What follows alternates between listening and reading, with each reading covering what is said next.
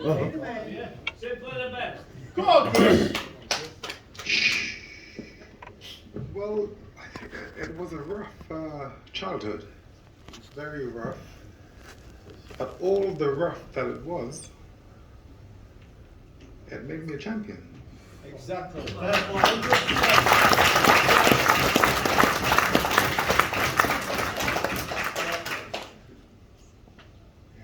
So, fear is, what they kind of teach you, in the movies, and, your brothers are, hanging around supposed rude boys or bad boys. And you want to follow and see, and I looked and I followed and I got involved with everything except A-class drugs.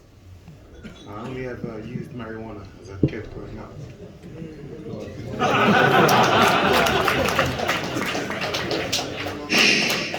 Guys.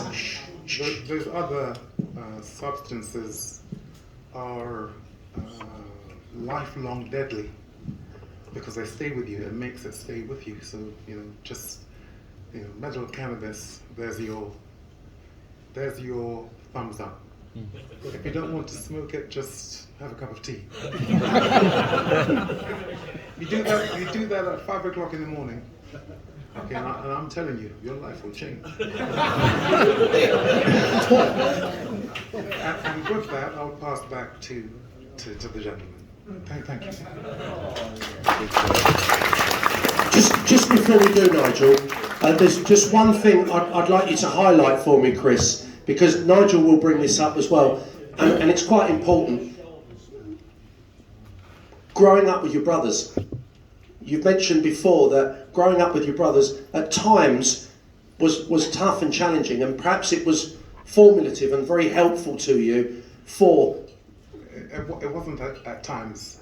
Exactly. It was difficult.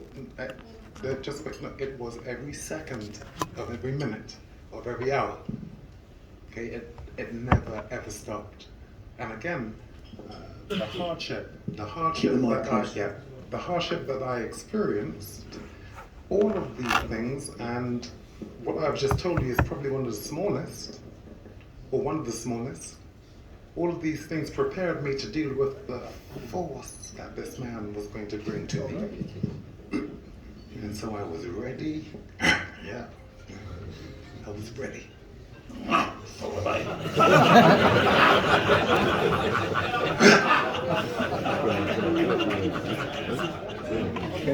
I think I've answered what was needed.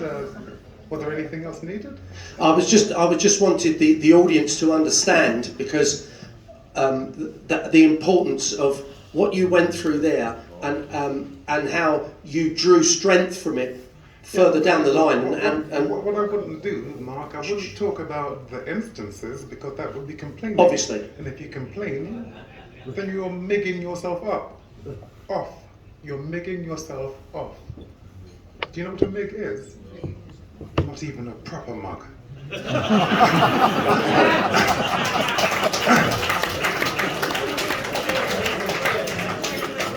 I'm going to go to Nigel. Are you okay?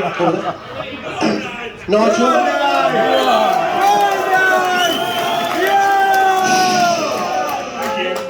Thank you. I'm going to bloody complain with my 6 brothers. No, I mean, like what Chris said, I mean, growing up with 6 brothers, being the second youngest, I mean, it was hard growing up back in the 70s. I mean, you woke up late for breakfast, that was it, you missed it. You have to wait for lunch. You know what I mean? It was a hard life growing up back in the 70s, because we had to deal with like racism, the National Front. I mean, it was like the soul boys, the whites, the blacks against the National Front. And I mean, it was tough, but you know what it is? It's so funny. I kind of look at it with the racism then, compared to what we see now.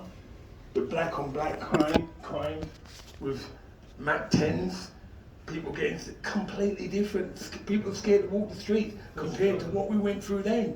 Yeah. It might, as much as you might think the racism, but I mean, wow, I take that all day long. The life that they're living now, you know, that's why I absconded to Australia. But yeah, growing up with my six brothers, I mean, it was tough, but I had a great life. I'm not going to, you know, kind of run it down. I mean, every Sunday night it will be watching Sunday night at the London Palladium, Opportunity Knocks, New Faces, all these kind of. I remember them like they were yesterday. Brilliant. I grew up, had a great life growing up. And then I joined the army.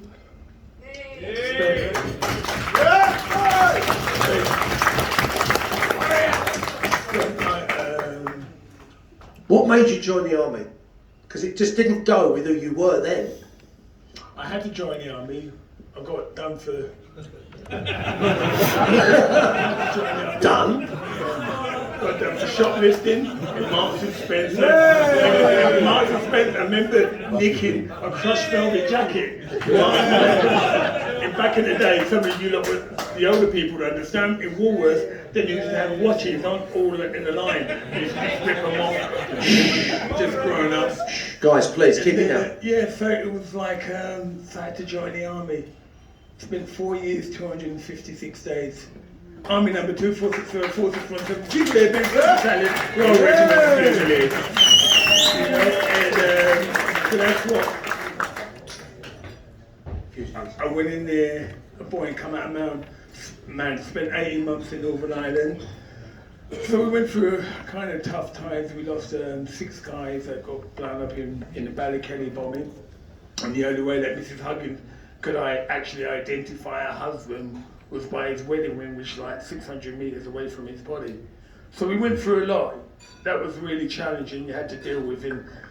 And as you know, I did stick out like a sore thumb in Northern Ireland. You don't see many black paddies around there in them days, you know, back in the 80s. But actually it was really tough.